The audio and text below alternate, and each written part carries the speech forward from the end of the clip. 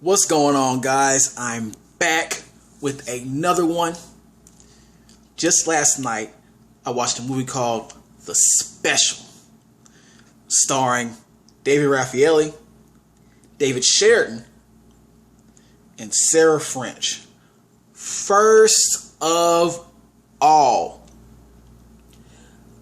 previously in another video, I briefly mentioned, or my side notes mentioned, that I recently purchased HBO Max. All right, or well, it was on free trial, but I think it's official now. It should be official by now. So I've already got my eyes on two shows, which are Lovecraft Country and Raised by Wolves, but they're already wrapped up with the first season. And I prefer to get into a show while it's still rolling. If it's not if it's already wrapped up, then a lot of people are buzzing about it, whatnot, so forth. Too many people are already buzzing. So if you have any suggestions from HBO Max of any show I should get into that is still rolling, hasn't been wrapped up yet, still going on, let me know. Let me know in the comments. Hit me to the game. Other than that, if not, I'm going to go ahead and find one myself anyways, whether you do or not. But it would be nice if you do throw some suggestions my way, I would appreciate it. But I'm going to find something fresh. If not for that, if that don't work, then I'll go with one of those two shows. But you'll see soon. You'll definitely see soon what decision I make. All right. Back to the review, shall we? The Special. For those, I shouldn't even say this. I know a lot of you have never heard of this. I know a lot of people have never heard of this movie. All right. I don't know why, but you never heard of this. Trust me. The Special is about a guy named Jerry who's been having some marriage issues lately. And he consults his work buddy at a bar about what he should do, because he thinks that his wife is supposedly cheating on him. Maybe with the delivery guy that they've been dealing with lately. And, so, his friend tells him, why don't you cheat on her? Or just play around with the idea. You want to, and Jerry's like, I don't know, I don't know about that, man. So the friend's like, you know what, forget about that. How about you roll with me to this little spot that I know? It's gonna get your mind completely off of your issues, your problems that you're going through right now. You're gonna forget all about that, but just roll with me to this fortune teller place, and we're going to have some fun. I guarantee you. So he's like, okay. As he jumps in the car, he puts a plastic bag from a grocery store over his head. And just so he won't see where he's going. And so that actually works. When they get there, takes the bag off his head. Jerry obviously realizes that it's not a fortune teller place. And they go in anyways. So when they get in there, a bunch of ladies are just lurking around, waiting to be chose. And Jerry's kind of getting a look and a feel for the place and looking around and see what the options. And his friend's like, okay, man, well, it looks like you're taking a long time to pick. If you're not feeling any of this, I know what will do just the trick. There's this thing called The Special. And so when he's explaining all this, the lady that's over the place, the old lady that's over the place, she comes out and she's like, oh, let's see, we got some new blood, blah, blah, blah, blah, blah. And the friend's like, oh yeah, could you show him The Special? And she's like, oh yeah, The Special. And so they lead him to the room where The Special is at. So he walks in there, it's lit up. It's all lit up like there's supposed to be somebody in there, but there's nobody in the room. So he turns around, the door's locked on him, and which should have been sign one. And so he turns around. He's like, okay, what do I do? What's going on here? Is this a joke? In the corner of a room, there's a black box sitting on the table. And the black box is labeled, stick it in here. And there's a hole in the middle of those words. So I believe at this point, you get it. You get what happens next. It takes him a little while to actually do it, because he can't believe what he's about to do. And, you know, so he's like, okay, I'll go along with this, whatever. You know, and so he does the do, and the sensation is just so mesmerizing and wonderful to him that he lets out this scream that his friend could hear from downstairs while he's having his fun. And he's like, oh yeah, I see he's tried the special. And so when he's done with the special, it comes out, the old lady sees how distraught he looks, in a good way, I guess. And she's like, don't ever bring this guy back here. He's been chosen. I can see he's been chosen. And it was some weird stuff like that. And the friend's like, oh, okay, yeah, okay, I got you. So, you know, but of course, Jerry cannot keep away. It felt so good. Jerry can't keep away. And so he has to come back no matter what. He's addicted now. Something is making him, it's drawing him to the box. All right, to the special. And so he steals the box. And this is when the mayhem starts. This is when this addiction starts to mess up his life and ruin everything for him. All right, and it's that's the movie. That's the movie in a wrap. And you know, that's the movie in a wrap, man. So positives, bro. The concept of this movie is so out of line. So out of line type crazy. So ridiculous. I don't think I've seen anybody else play around with this concept like that. Maybe some other movies have kind of, you know, teased at this kind of thing. Maybe like more like horror movies that deal with seduction, like where the killer or the monster or whatever uses seduction to reel in its victims. But not quite like this. Not quite like this in this way. This is like a sex toy gone wrong. Let's just put it like that. It's just like a sex toy gone wrong. I shouldn't have to say anymore. So, you know, that's very different. That makes it stand out completely far from anything like it. All right. Now, another thing that I liked about this was so unbelievably funny. I did not expect another one. I did not expect to laugh at so much.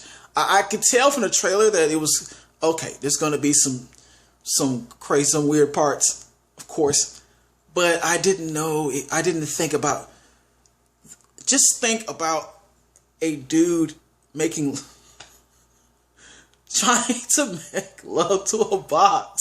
And you're trying to take this seriously, like, oh my God, look what's happening to him. Look what he's doing.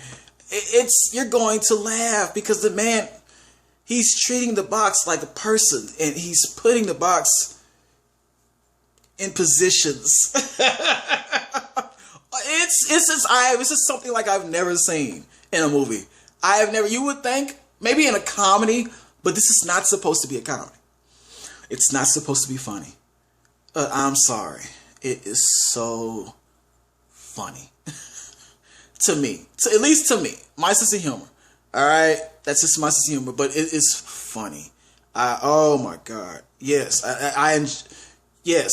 I admire that. That definitely, when something's not supposed to be funny, but then it's just 10 times more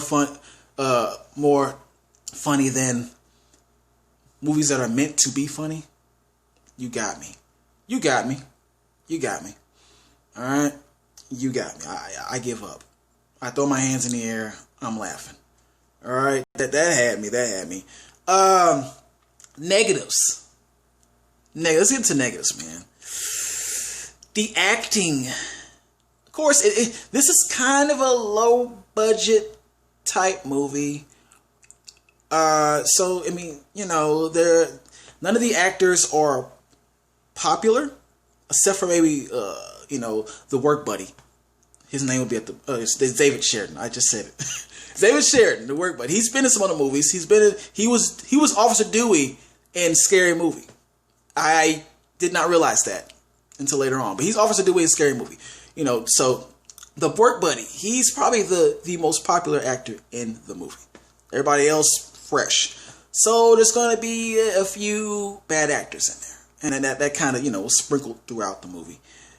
Also, man, this movie had so many inconsistencies within the movie. Like, within the plot, within the storyline. For example, or I'll use a couple examples. First, the old lady tells the friend, do not bring this guy back anymore, right? Of course, that doesn't work. But as soon as they walk out, the friend's like, oh, don't worry, buddy, we're going to come back. And then, you know, but we got to take baby steps. We got to take baby steps. And with all that said, that was the same night, right? The next day, or maybe a day after, Jerry finds a way back, right? And the old lady answers the door, looks right at Jerry's face. She's like, oh, you look familiar. You do look familiar. I don't know. I've seen you. Come on in. It was just 2 nights ago. You had to remember something about this man to specifically tell his friend that you do not want this guy coming back, because you could see something in his eyes that he shouldn't come back. All right, what the hell? What the hell? And a second inconsistency that stood out to me that was kind of funny. You know, the wife starts to think that Jerry is cheating. Oh, how the tables turn, right? So she calls the buddy at work. Now, guys, anybody who's familiar with the guy code, you know that your best friend, hopefully, is not going to tell on you. Why would the wife call your best friend asking, hey, do you know my he's been acting different? You think he's been cheating on me? Why would you think that? I mean, why would you think, no. Why would you think that his friend is going to tell you the truth? And he didn't say anything. He said, I don't know. Because he really didn't know. He's like, I don't know. I just don't know. I just don't know. I don't know, man. You know, but still, I laugh so hard because why would she even try that? That was just so silly to me. Plus, and this is a horror trope right here. This is a horror mistake.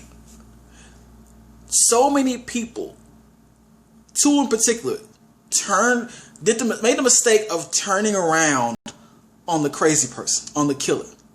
All right, they the mistake of turning their back to do something while the killer is still in the room. That just boggled my mind. Like, why would you know this person is crazy and deranged? Why would you turn your back? I'm not turning my back on a damn thing. I'm moonwalking out of the house. So many mistakes, man.